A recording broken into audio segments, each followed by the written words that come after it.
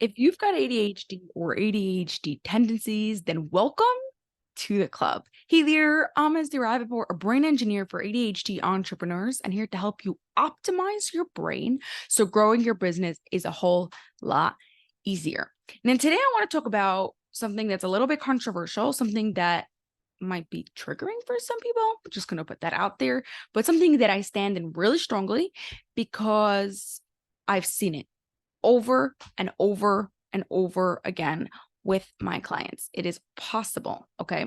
So if you have any questions on it, I'm going to be really happy to answer. Drop them in the comments and I'll answer them as soon as I can.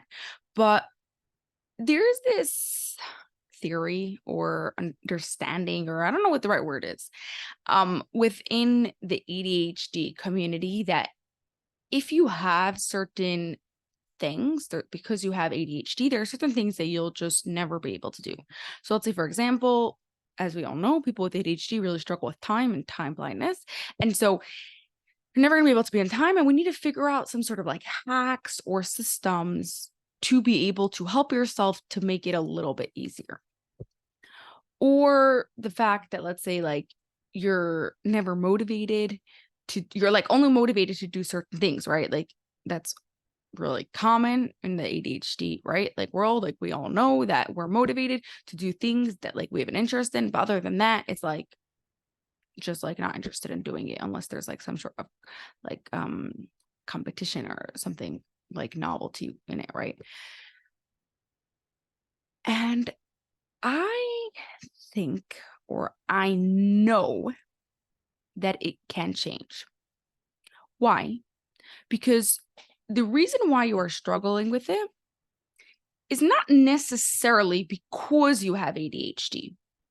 The reason why you're struggling it, according to me and my understanding and my working with clients, is because you are lacking the skills related to doing all those things. Now, before you come and attack me and say that like people with ADHD have low dopamine or nervous-based system or whatever, all that can be true. Each one of those things that you're thinking in your head have to be debated and have to be if they're like scientifically proven, and many of them are, but some of them are not. But my point is that it's not so much about like your makeup of what it is. It's more about the skills that you have or don't have. More specifically about the thinking skills, whether you have or don't have. If you are new here, you know that I often talk about the 28 thinking skills, 28 cognitive functions. Behind every single task that you do, there are thinking skills. I've done a bunch of videos. I'm going to link one that goes through all the 28 so you can really get a deeper understanding of them. But every single task you do requires you to use thinking skills. Now, with 28 thinking skills, naturally, you're going to have some stronger ones and you're going to have some weaker ones. But those weaker ones are making it challenging for you to do what you want to do.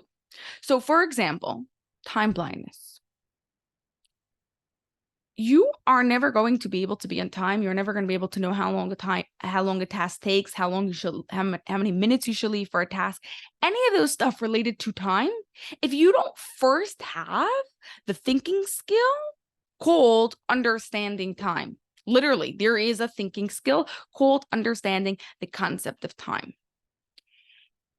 People with ADHD tend to struggle with this thinking skill a lot. However, people with ADHD can learn this thinking skill. It may take them a little bit longer, or they may need slightly different ways of learning it compared to people who are neurotypical. But yes, even if you have ADHD, your brain can learn to understand the concept of time. Okay? So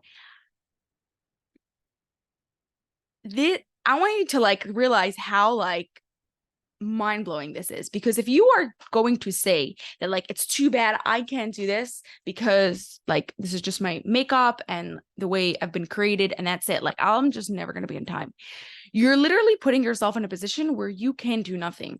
But if you decide to take the power in your own hands and you decide that it's a skill that you can learn, like I said, it may take time. It will take time, but it is a skill that you can learn that forever after your life is going to be easier. Do you not think it's worth it? right?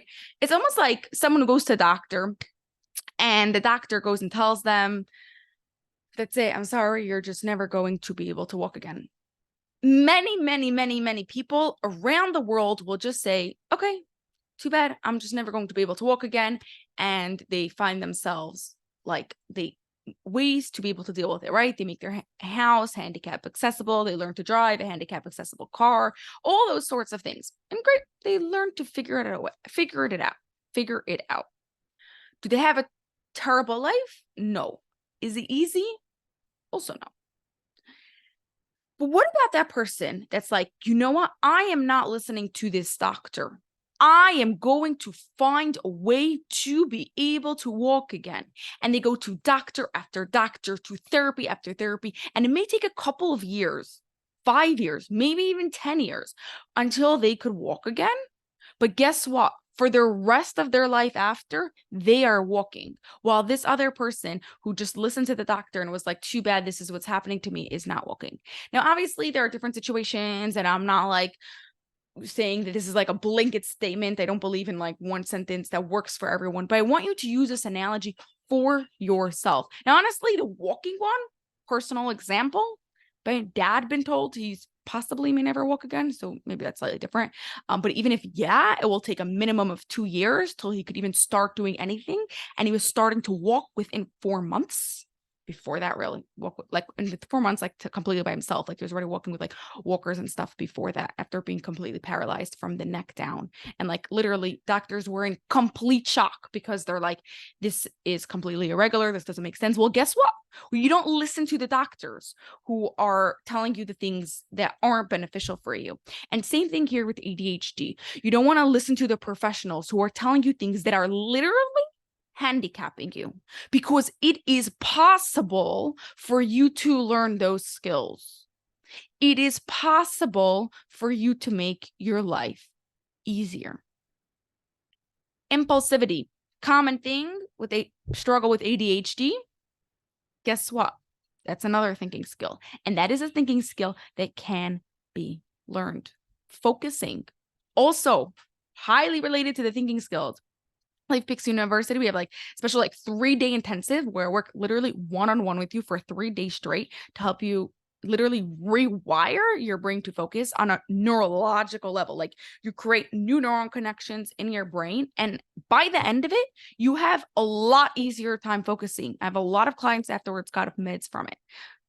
I'm not like saying that you will, I'm just going to put that out there, but literally like it helps drastically because you are taking the power back into your hands. You're understanding that these are skills that you can learn. And because you have ADHD, or not because you have ADHD, I like to think of it the opposite way. People who struggle with certain types of thinking skills tend to have ADHD. Obviously, like I said, there's also like the neuro, like on a like biological level, like what happens in your brain and all those sort of stuff. But I strongly believe, in case you can't see my passion, that they are highly connected to the skills, and that is why you are struggling with them. So I do want to just like stick in there. It takes time for you to learn those skills.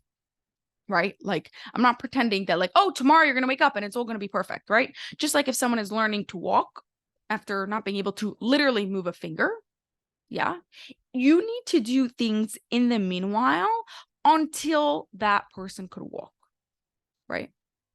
Same type thing for you. Until your brain learns these skills and is doing them naturally and you don't even have to think about them, you need what I like to call short-term strategies. These are the things that are going to help you right now. And honestly, when you do go into any sort of the like ADHD world, most of the tips and hacks that people are talking about are those short-term strategies. And the reason why you like them so much is because they're helping you right now. But you are going to need to do them for your entire life if you don't do what's also called long-term strategies. You don't work on the reason as to why it's a struggle. Those long-term strategies are related to those 28 thinking skills that I spoke about earlier. So you need both. You want the short-term strategies for right now, because if you have taxes that need to get filed, you need something to help you be able to do it now, right?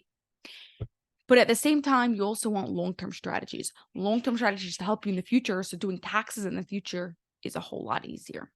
And honestly, like with every area of your life, right? Like taxes, I could hear some of you saying like, yeah, so like taxes, I'll just like hire someone every time. True. Like I also hire someone, like no problem. You don't have to do that. And then like cleaning your house, yeah, I'll just like have a cleaner. And like we could go through everything, but not always is there someone there to pick up your laundry after you.